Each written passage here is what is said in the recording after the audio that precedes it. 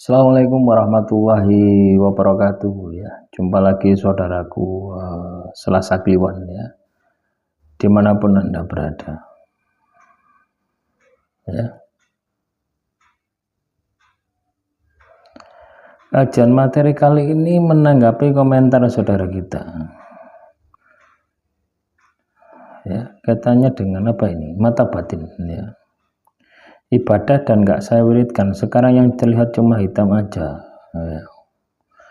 Nah, sebenarnya gini ya, mata batin ini katanya dengan kemampuan kita untuk menurunkan dimensi pikiran kita gitu ya. Dimensi fisik, dimensi jasad kita ini ketika turun ya, otomatis kita bisa selaras, kita bisa melihat makhluk halus, kita bisa melihat makhluk gaib. Nah, rumusnya ada di situ.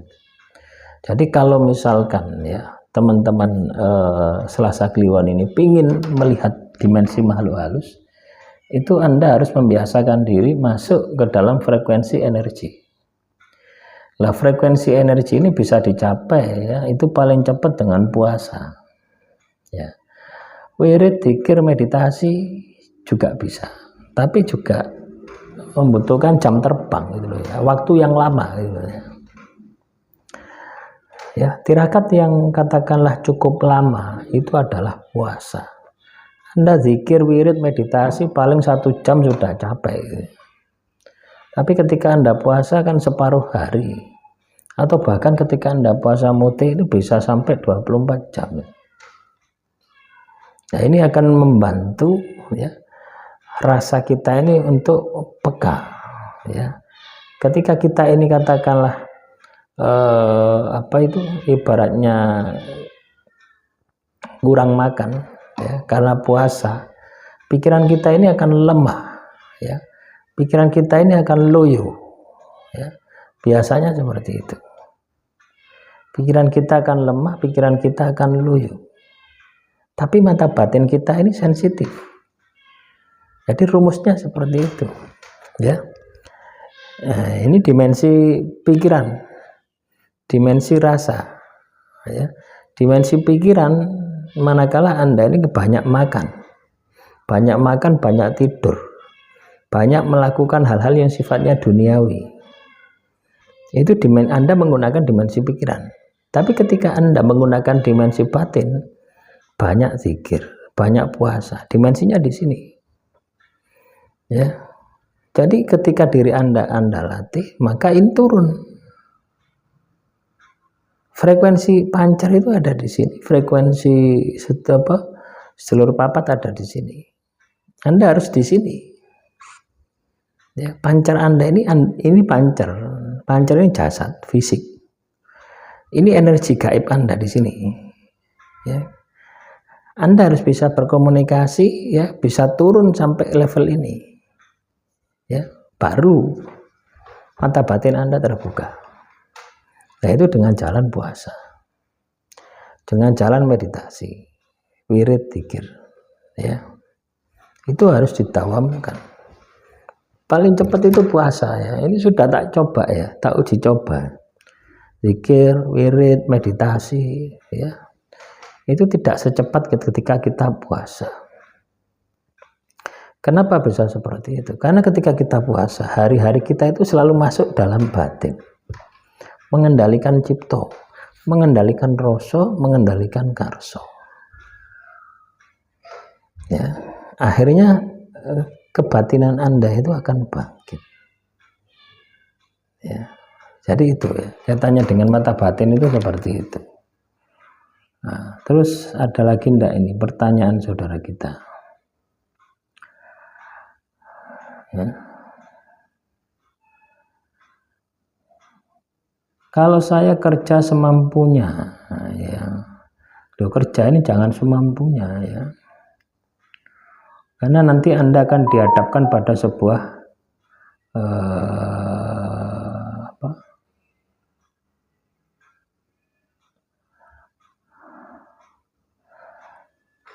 sebuah masalah males ya.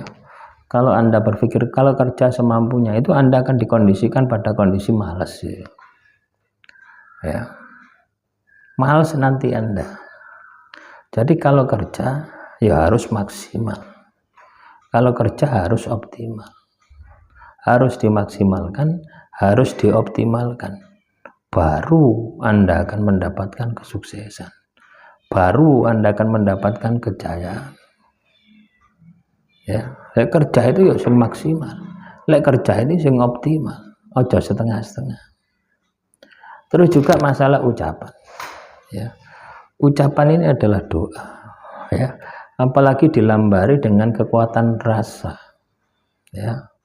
Misalkan, ya, Anda sakit hati, terus Anda berucap hal-hal yang sifatnya negatif, ya wes, kejadian menimpa orang yang Anda sugesti tadi. Nah, terus Anda mendapatkan balasan berupa karma, ya. Nah, jadi jangan bangga ketika kita berucap negatif terus kejadian, itu jangan bangga. Ya, kita harus berpikir bagaimana supaya kita ini bisa berucap positif, bagaimana supaya kita bertindak positif. Nah, itu yang selalu harus Anda tanamkan di dalam kehidupan Anda. Ya, bertindak positif, berucap positif, wis pokoknya serba positif. Ya.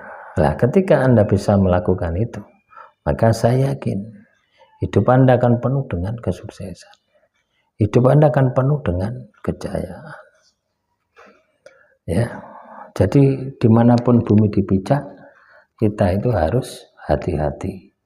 Ada hak orang lain, gitu. Ya, mungkin apa yang saya sampaikan ini teman-teman anggap biasa saja, tapi kalau Anda sudah merasakan dampak dari apa yang Anda sampaikan, Anda ucapkan, baru Anda akan sadar, wah iya, ternyata ucapanku mandi, tapi dibalik itu, ya, ayah saya harus menderita karena karma dari ucapan saya. Ya ibaratnya gini loh ya, Anda disakiti, kan wis sakit aja gelem sakit maneh. Ya, Anda berusaha untuk bangkit. Jangan kotori pikiran Anda, jangan kotori tangan Anda, jangan kotori mulut Anda, jangan kotori batin Anda dengan nyumpahi sing elek. Loh, ndak Anda sumpahi, alam itu juga sudah proses itu loh. Ngapain kita andil gitu. Ya. Nah, demikian yang bisa saya sampaikan. Semoga apa yang saya sampaikan kali ini bisa bermanfaat, ya. Wassalamualaikum warahmatullahi wabarakatuh. Salam rahayu, rahayu, rahayu.